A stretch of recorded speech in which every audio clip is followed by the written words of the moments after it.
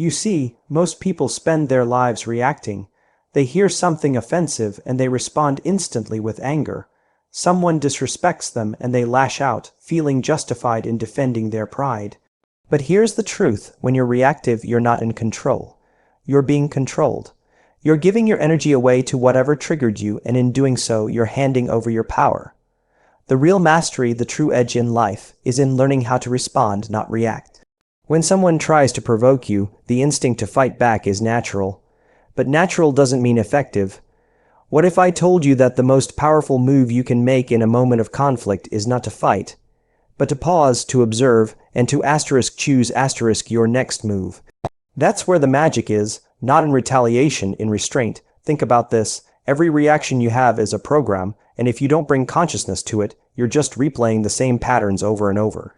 But when you become aware, when you recognize that someone's trying to pull you into a lower emotional state, you gain a superpower. You stop being predictable, you stop being easy to manipulate, and instead you become something unexpected, calm, centered, unshakable. You become a mystery.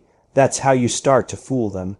Now, when I say fool them, I'm not talking about deception in the traditional sense. I'm talking about breaking their assumptions. People expect conflict.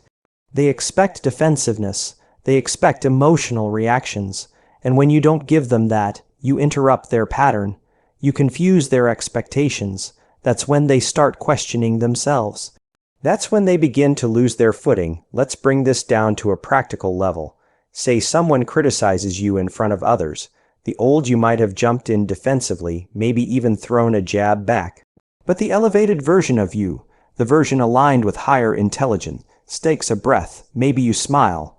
Maybe you even agree in a playful, disarming way. Or maybe you say nothing at all and just look at them with calm certainty. In that moment, you're not just avoiding conflict. You're reclaiming authority, because the person who remains calm when others are triggered always looks stronger. It's like stepping out of a storm and watching it from a distance. You can see how chaotic it is, how wild the energy gets, but you're not it anymore. And because you're not entangled in that emotional mess, you're free to think clearly, move strategically, and most importantly, choose the outcome you want. Fighting back often escalates things, but fooling them, by staying above it, gives you the advantage. And the beauty of this approach is that it doesn't just serve you in arguments or conflicts. It changes how people see you. You stop being the person who gets rattled, who takes the bait. Instead, you become the one who sees through the game.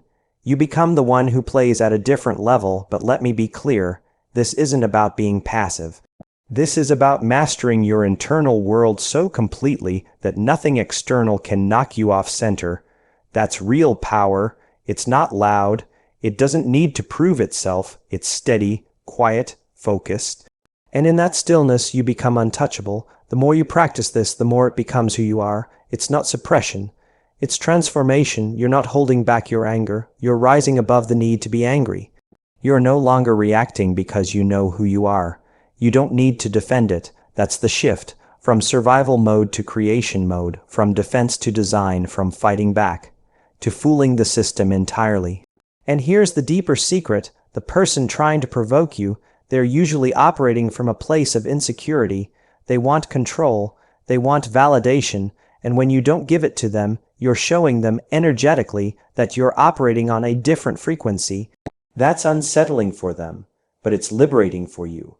So the next time someone tries to pull you into chaos, pause. Feel the urge to react rise in your chest, then take a breath. Smile inwardly, knowing they expect you to fight. But you're not here to fight. You're here to master, you're here to evolve, and in doing that, you're not just fooling them, you're freeing yourself. Because the real victory is not in overpowering others. It's in outgrowing the need to. When you stay composed in the middle of chaos, you're not just keeping calm, you're sending a message. You're telling the world without saying a word that your inner state isn't dictated by your outer circumstances. That's rare, and when something is rare, it's powerful. Most people walk around completely at the mercy of what's happening around them. Someone cuts them off in traffic, they explode. Someone criticizes them, they spiral. And you know what that means. It means their inner world is a puppet of the external world. They're predictable, they're easy to read, easy to control, but when you break that pattern, when you choose composure over chaos, you shift the dynamic completely. You're no longer dancing to the rhythm someone else is playing. You're creating your own. People expect emotional reactions. They expect you to defend, to explain, to retaliate. So when you don't, when you stay still, centered, and present, it throws them off. That's the moment you control the narrative because you've refused to let someone else write your script. We live in a culture obsessed with being loud, loud opinions, loud responses, loud identities. But real power doesn't need to shout. It doesn't need to prove. It just is. The more composed you are, the more mysterious you become. And mystery always draws attention because people can't figure you out. They want to know what you're thinking, why you're not reacting like everyone else. That's leverage. You've taken your energy back. You've made yourself unpredictable. And unpredictable people are hard to manipulate. This isn't about being emotionless, it's about being emotionally intelligent. It's about recognizing the energy in the room and choosing not to match it when it's beneath you. When someone's trying to trigger you, they're inviting you into their chaos. And every time you decline that invitation, you elevate yourself. You're not ignoring the conflict. You're transforming your relationship with it. You're saying, I see what this is, and I choose not to participate. There's a power that builds in that kind of stillness. Not a passive stillness, but a conscious one. A stillness that watches, absorbs, and responds only when necessary, and always with clarity. That's the kind of composure that bends situations in your favor. Because when everyone else is scrambling and reacting, you're the one with vision. You're the one who isn't clouded by emotion, and that clarity becomes your compass. It becomes your authority. And you'll notice something fascinating. The more composed you stay, the more people begin to respect you without even knowing why. It's not just what you say, it's how you carry yourself when the pressure is on. They feel it. It's in your energy, your presence, your breath. You stop being someone they can provoke, and you become someone they have to pause and consider. That shift isn't about dominance, it's about frequency. You're just not vibrating at the level of petty conflict anymore. You've transcended it. This isn't always easy. In fact, at first, it can feel unnatural. You'll want to explain yourself, defend yourself, maybe even fight back. That's the old programming kicking in. But if you sit with that discomfort, if you observe it without reacting, you start to rewire yourself. You start becoming a different kind of person. The kind who walks into a room and doesn't need to say anything to command attention. The kind who lets presence do the talking, and that's really what controlling the narrative is about. Not dominating the conversation, not spinning a story to look good. Just being so grounded in who you are that nothing shakes you. Because when you're grounded, you speak differently, you move differently, and people pick up on that. They feel it in ways they can't even articulate. That's influence without effort. That's leadership without ego.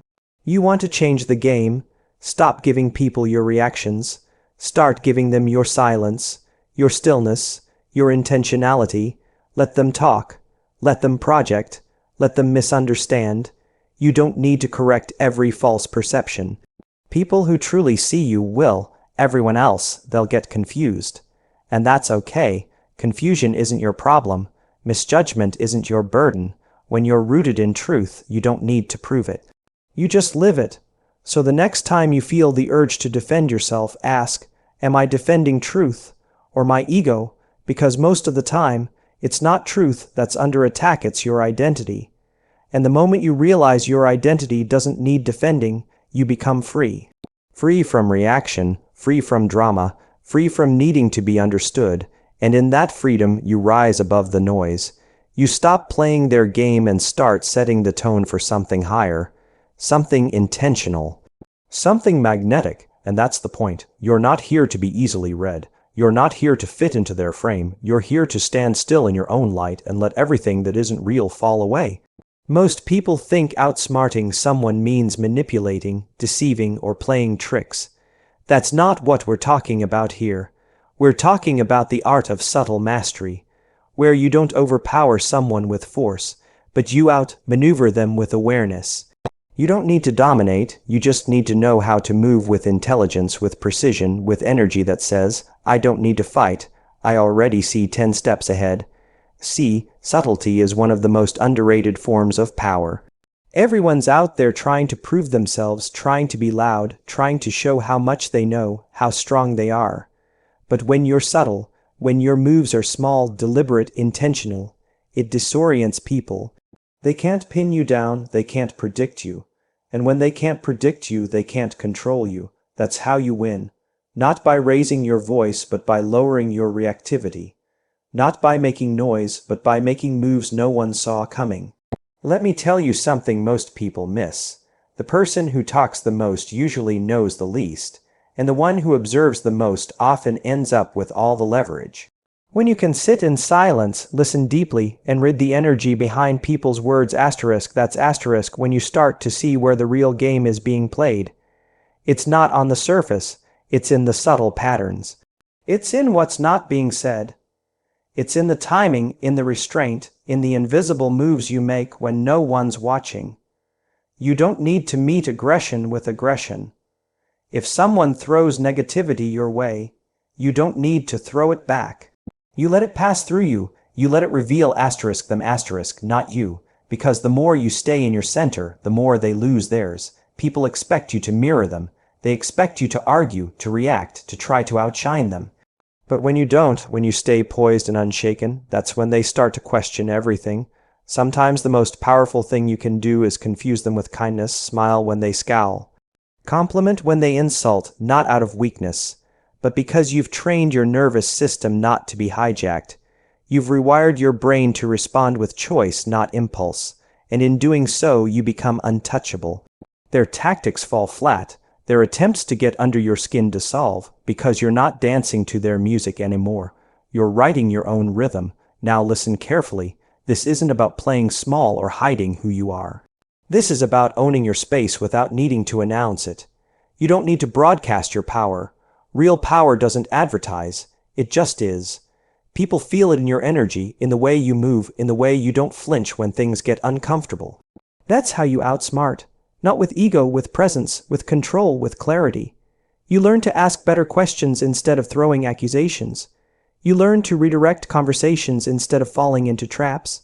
You stop playing defense and start guiding the flow without needing to force it.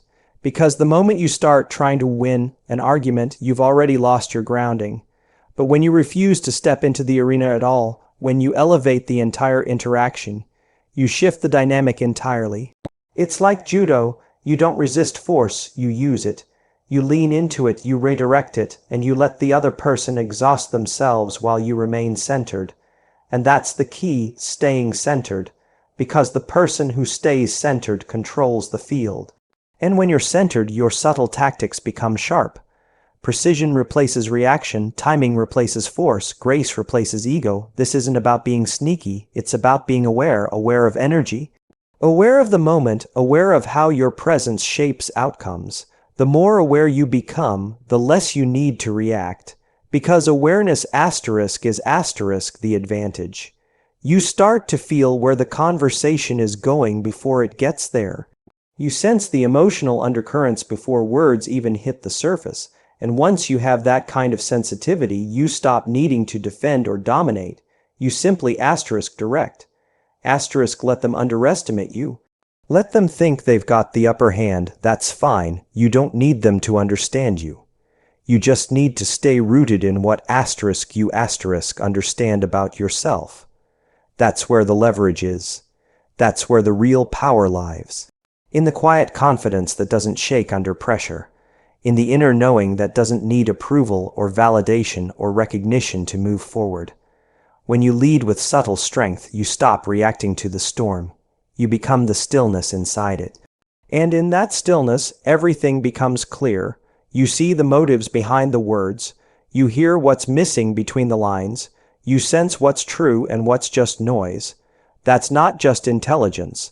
That's intuition trained through presence. So outsmart not by overpowering, but by seeing deeper, moving slower, and speaking less.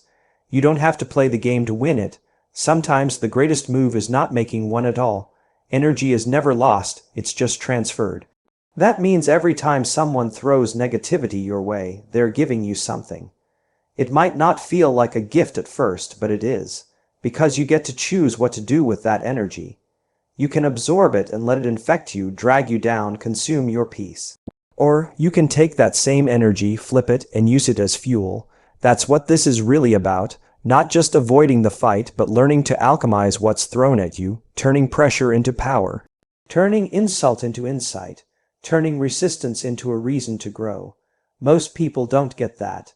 They think the only way to win is to overpower, to push harder, to fight back, but they're missing the opportunity. Because when someone is trying to bring you down, what they're really doing, without even realizing it, is giving you energy. And if you're conscious, if you're aware, you can transmute that energy into something that serves you. You can use it to build, to focus, to rise. You stop reacting and start recycling, and that's when you become unstoppable. You're not rejecting the conflict. You're evolving through it. You're not running from the challenge. You're absorbing it, integrating it, and then choosing how it shapes you. That's a different level of being. That's not weakness. That's wisdom. You begin to see every attack, every trigger, every disruption as a signal. An invitation to grow, to expand, to refine your inner world. Because here's the truth. No one can throw you off your path unless you hand them the map. No one can knock you off balance unless you've already abandoned your center. So what do you do when someone tries to provoke you?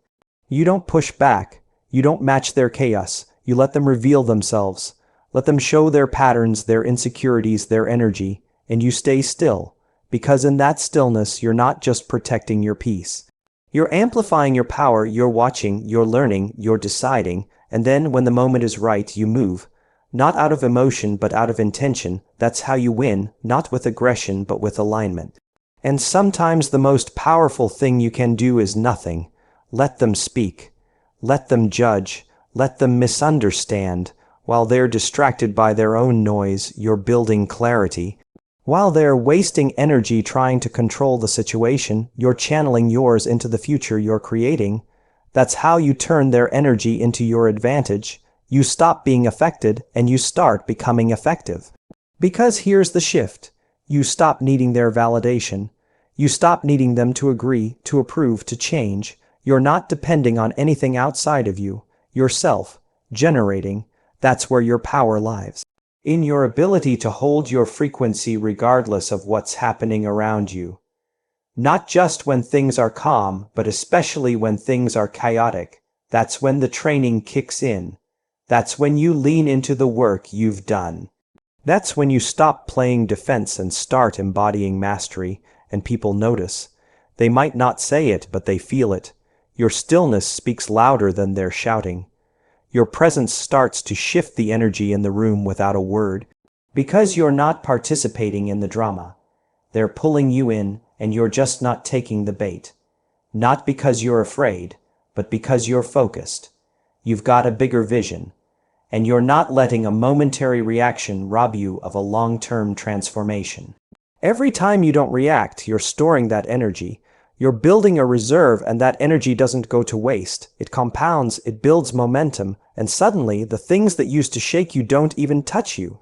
Not because they disappeared, but because you changed, you expanded, and now instead of fighting for power, you're flowing with it. That's the shift from survival to creation, from reaction to response.